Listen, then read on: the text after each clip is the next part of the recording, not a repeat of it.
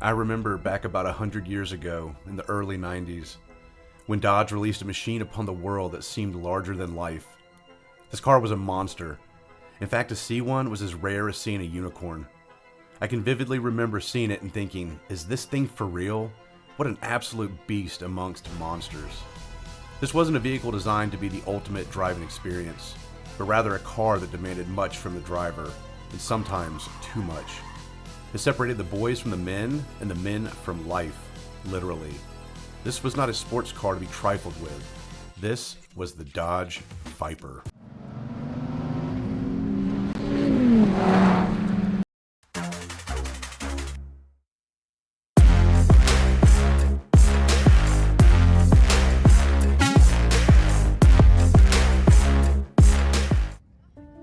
The Dodge Viper is an absolute icon in the car world, but more than that, it elicits a feeling of raw power mixed with a heavy dose of potential calamity, especially the early versions of it. We'll get to the different iterations in just a minute.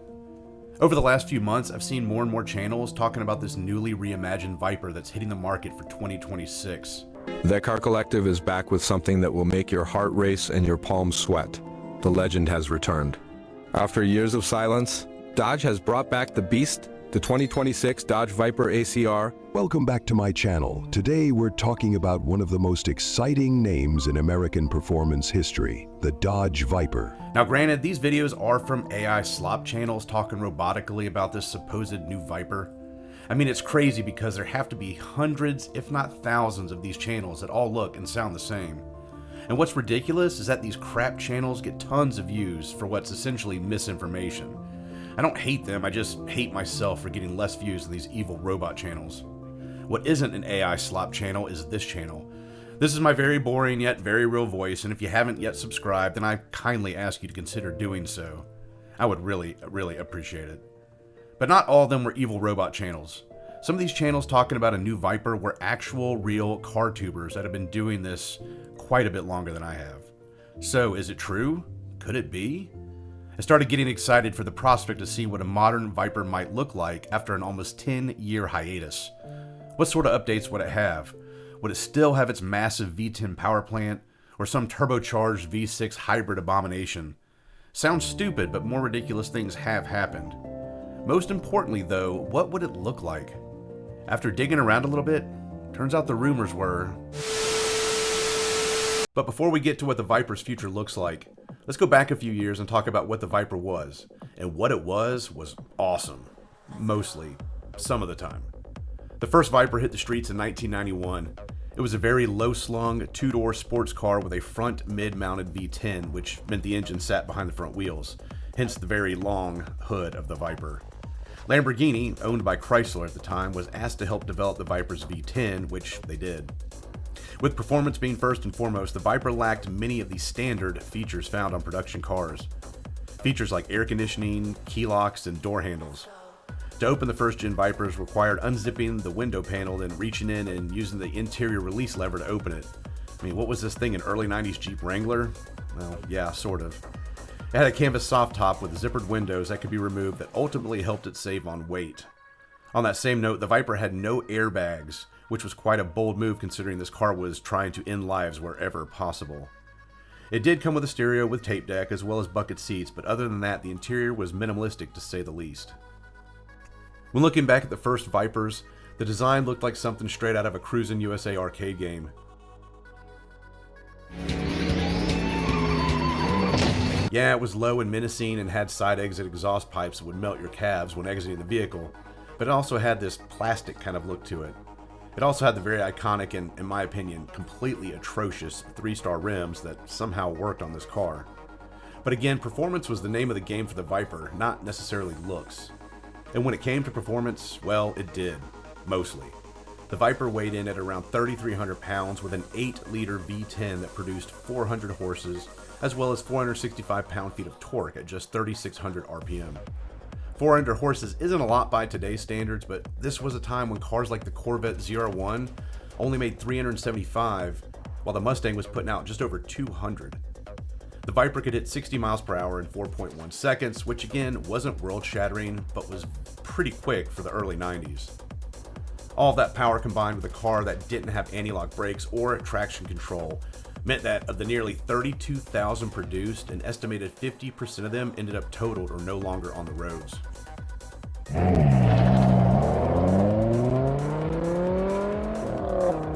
The second iteration of Vipers began production in 1996. This version would see quite a few changes, like a redesigned and more aggressive body, a power increase to 415 horses, as well as the side exit exhaust being redirected to the rear of the car. Sorry, no more crispy calves. It also received a removable hardtop plus air conditioning and airbags. The GTS model was introduced as well, and even though it looked very similar to the RT10, over 90% of it was completely redesigned. The biggest change for this version was its boost in power up to 450 horses. In 2003, the second generation of Viper started production. I think this is where the Viper really took a leap forward in its looks and performance. The much more aggressive and angular exterior, plus the newer, bigger 8.3-liter V10 that now produced 500 horses, was thanks to the involvement of Chrysler Street and Racing Technology Group, or SRT. The GTS and the RT10 were gone, replaced by the SRT10.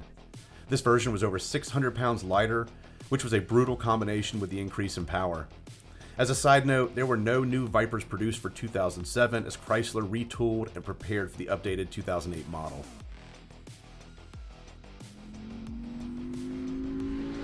The second iteration Viper came out swinging in 2008. The exterior didn't have a ton of changes other than the very noticeable vented hood. The real changes were under the hood.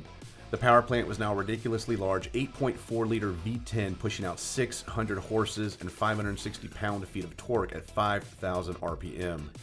The engine received a ton of performance upgrades. The exhaust was improved and the Viper got a Tremec transmission. It got better springs, better anti-roll bars, as well as sticky Pilot Sport 2 tires. The ACR option for the Viper now became a standalone model, which was an absolute beast, breaking track records at the time. Unfortunately, in 2009, Dodge CEO Ralph Giles announced that the Viper's production was being halted in 2010. As fate would have it, just a few months after ceasing the Viper's production, a future 2012 prototype Viper was sampled to Viper owners looking to gauge interest in resurrecting the American monster. And after only little over a year since production had stopped, the same man that had announced the end of the Viper announced the debut of the third-gen Viper for April 2012. The revised Viper, as you would expect, had a ton of upgrades to basically every aspect of the car. The most notable being the 8.4-liter V10 that was now tuned for 650 horses. That pushed the Viper to 60 in just under 3.5 seconds, a very respectable time, especially from an all-muscle, naturally aspirated car. While all this looked and sounded good, as with all good things, they inevitably come to an end. As sales began slumping in 2013 and 14, production was scaled back and even halted for several months. Large discounts were offered moving forward, but eventually in 2015, Chrysler announced the Viper would be discontinued after the 2017 model year. So, with all of that being said, is the Dodge Viper coming back? It was dead once before, but had a revival just a few short years later. If you look online at car forums and car channels on YouTube, then yes it is. There are quite a few channels running videos claiming the Viper is making a return, discussing what it might look like, what will be powering it, and so on. But in reality, sadly, there is no actual proof that the Viper is coming back. From everything I could find, only unsubstantiated claims from insiders within Stellantis. Basically, I know a guy, trust me bro, and I think this is where the idea of a Viper returning got some momentum, which got a lot of people in the car community excited about the release of a modern Viper. Speculation about what it would be like, that it was going to have a twin-turbo power plant and even be a hybrid Viper really got the rumor mill churning out misinformation. Gotta keep that content flowing, right? But until there is an official announcement from Stellantis and Dodge, the return of the Viper is just a hopeful rumor for now. And really, the fact that there are so many AI voiceover channels out there simply creating fake cars and fake news should be quite concerning as we see more and more of it. I don't care for any of that sludge, and sadly those channels get more views than mine, but I digress. Honestly, if a new Viper came out with any of the modern features that modern cars have these days, would it really be a Viper anymore? What made the Viper so special, in my opinion, was how raw and visceral it was. It had one of the largest V10s in the universe with no boost. Just raw American muscle without, for the most part, all the modern safety features most cars have. The Viper is a car that is utterly exhilarating yet scary, rewarding if driven well, and if not, respected, which strike with deadly consequences. And I'm thankful we got a car like the Viper. That's it for today. If you made it this far, please show your support by hitting the subscribe button before you go. I would really, really appreciate it, and it would mean so much to me. Thank you for checking out the video, and remember, be safe out there, take care of each other, and enjoy the ride. Peace.